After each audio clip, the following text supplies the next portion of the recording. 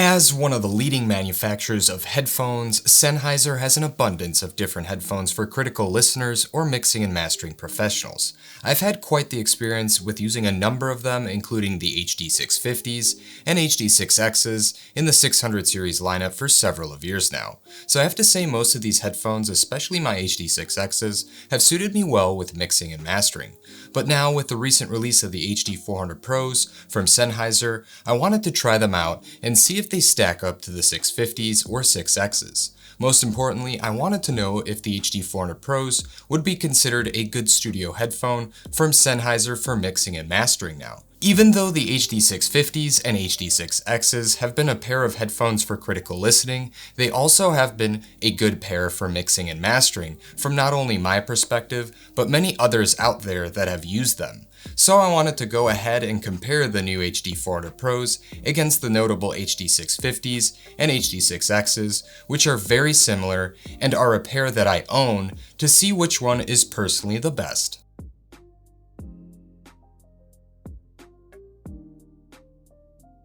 So Sennheiser has created these HD400 Pros for professionals who are looking for open back, reference grade studio headphones that promise to offer neutral transparency for mixing and mastering.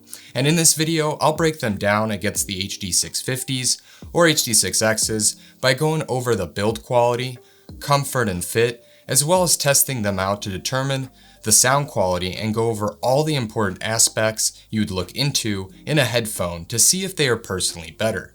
Now with mixing and mastering, the mix doesn't all get finalized on a pair of headphones, since it's a process that involves monitoring chains to hear every detail and get that ideal finalized mix.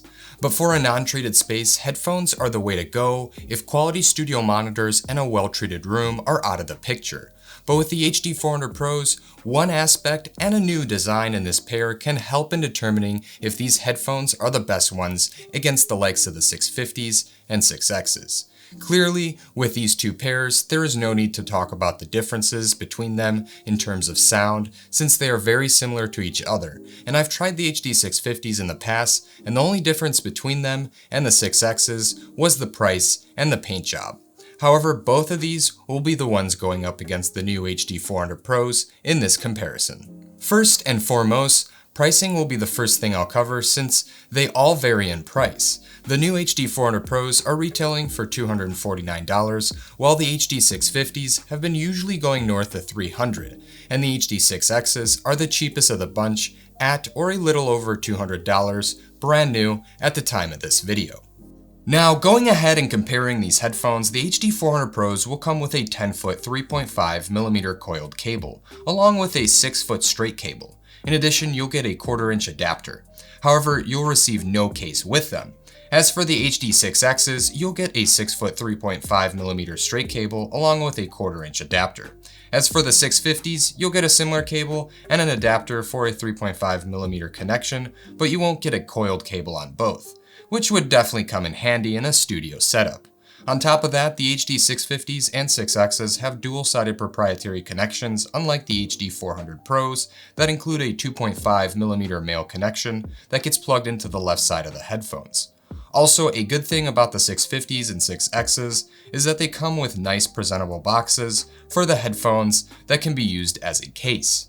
As for the HD400 Pros, you won't get that besides the product box they came in. In terms of design, all of these are open back dynamic headphones. As for the HD400 Pros, it seems like Sennheiser decided to copy the design from the HD560Ss that they released not too long ago, since the headband design and ear cups look identical.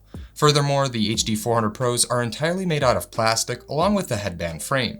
They have a matte plastic texture to them, while the only part that contains metal is the external mesh that's protecting the drivers on the ear cups.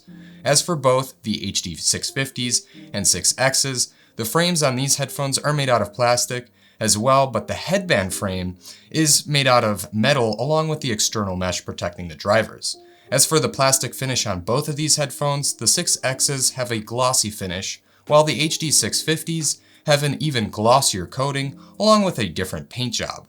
As for the 400 Pros, they don't have any glossy finish.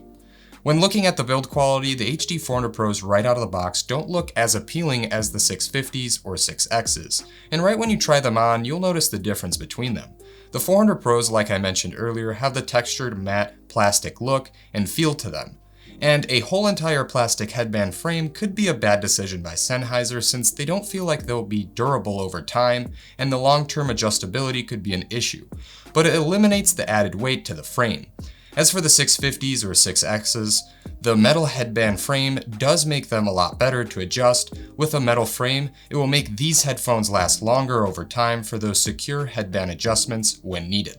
As for the ear pads, all these headphones offer velour padding for your ears, and they all provide padding under the headband frame.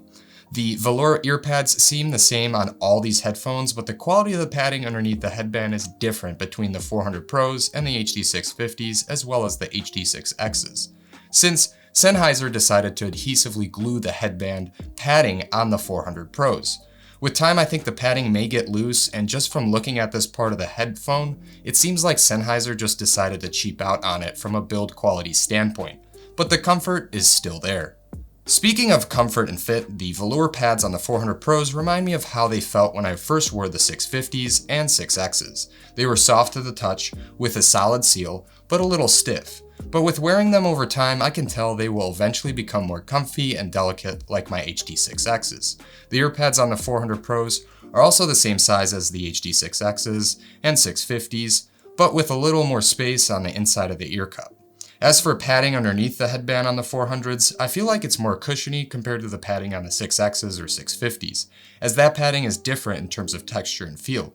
To me, that padding has always felt spongy, but it still provides comfort. Now, when it comes down to clamping of these headphones, they all clamp on well and offer a nice snug fit.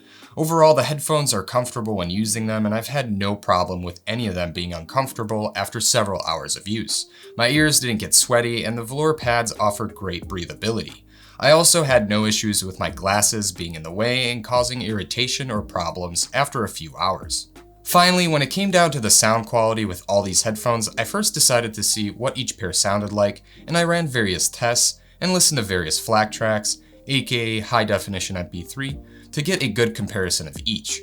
After initially testing out the HD400 Pros, I noticed that the sound quality on this pair of headphones could be like the build quality of them. And after going through various sound tests, I noticed that there was an occasional slight vibrating noise above the drivers on both of the ear cups at a volume slightly over 85 dB. My assumption was that it may just be a build quality issue. Granted, this is what I heard with my pair, but that doesn't mean it can be an issue for someone else who purchases these pair of headphones.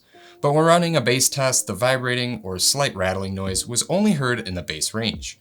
As for the mids and treble, everything sounded great when I ran the test and listened to my lossless audio. However, maybe over time, that occasional vibrating sound might go away. I really don't know, but what I do know is that the treble range and especially the mid-range on the 400s are very similar to the 6Xs and 650s. Now, the 650s and 6Xs have a very similar mid-range, and the 400s are right there with them. But when it came down to the treble on the 650s and 6Xs, they sounded a bit more consistent and even than the 400 Pros. I felt like the 400s were a bit more sharper in the treble at times with certain tracks, which wasn't the case for the other headphones. As for the bass on all of them, I would personally give the 400 Pros the edge, as they offered slightly better sub-bass compared to the HD650s and 6Xs. I think the higher sound pressure level for the 400 Pros provide that edge in the bass.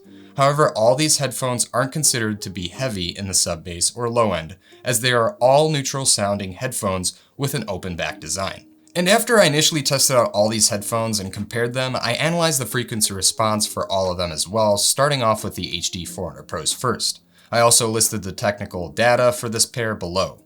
And then I decided to overlay the HD650s or HD6Xs to show the comparison between all of them and compare all the specifications for these two as well.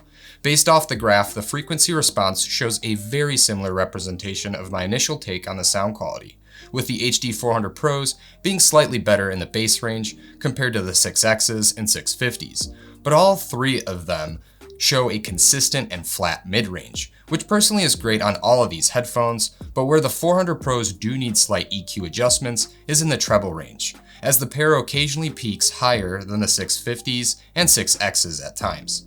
But with a little EQ adjustments in the bass range, which is something all these headphones need, and a slight adjustment in the treble range, the 400 Pros are right there with the 6Xs and 650s after making those personal adjustments.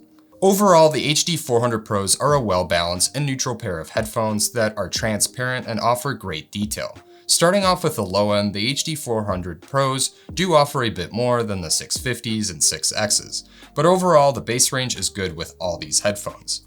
But when it comes down to the mids, the HD400 Pros are fantastic alongside the 650s and 6Xs. The mid-range is very even and consistent, and everything is well balanced so that vocals and instruments sound clear and present. As for the treble accuracy of the HD400 Pros, there are some parts where the headphone peaks just a little too much and sounds a bit bright at times compared to the 650s and 6Xs. In terms of imaging and soundstage, the 400 Pros do a great job of providing where the sound is coming from by offering good apparent depth in the front and in the rear, just as good as the others. And since all of these headphones are open back studio headphones, there was no need to talk about noise isolation, leakage, or portability, since they aren't great headphones in any of those categories. But with mixing and mastering, the 400 Pros possessed all the features of a well-balanced and transparent headphone that's needed for mixing and mastering. Furthermore, I noticed that with these headphones, it offered a more forward presentation of sound, thanks in part to the angled transducers that Sennheiser decided to provide on these headphones. And with this unique design on the inside of the headphones, it makes you slightly feel like a pair of monitor speakers are in front of you in certain instances when listening to various tracks or sounds. For the most part, it's still a pair of headphones, and it possesses all the sound qualities a pair of headphones would possess, but it definitely offers a slightly more forward sound compared to the HD650s and 6Xs. Therefore, this design does make the headphones stand out more for mixing and mastering. All in all, after testing out all these headphones, I have to say the HD400 Pros are a great pair when compared to the 650s and 6Xs. With a little EQing, they are a really solid pair of headphones, and I personally would put them a smidge ahead of the 650s and 6Xs in mixing and mastering in my opinion. Thanks in most part to the angled transducers. But one thing that still bothers me besides the slight vibrating noise I heard at times in the bass range is the build quality of the headphones. Sennheiser could have added metal to the headband frame for better durability with headband adjustments over time.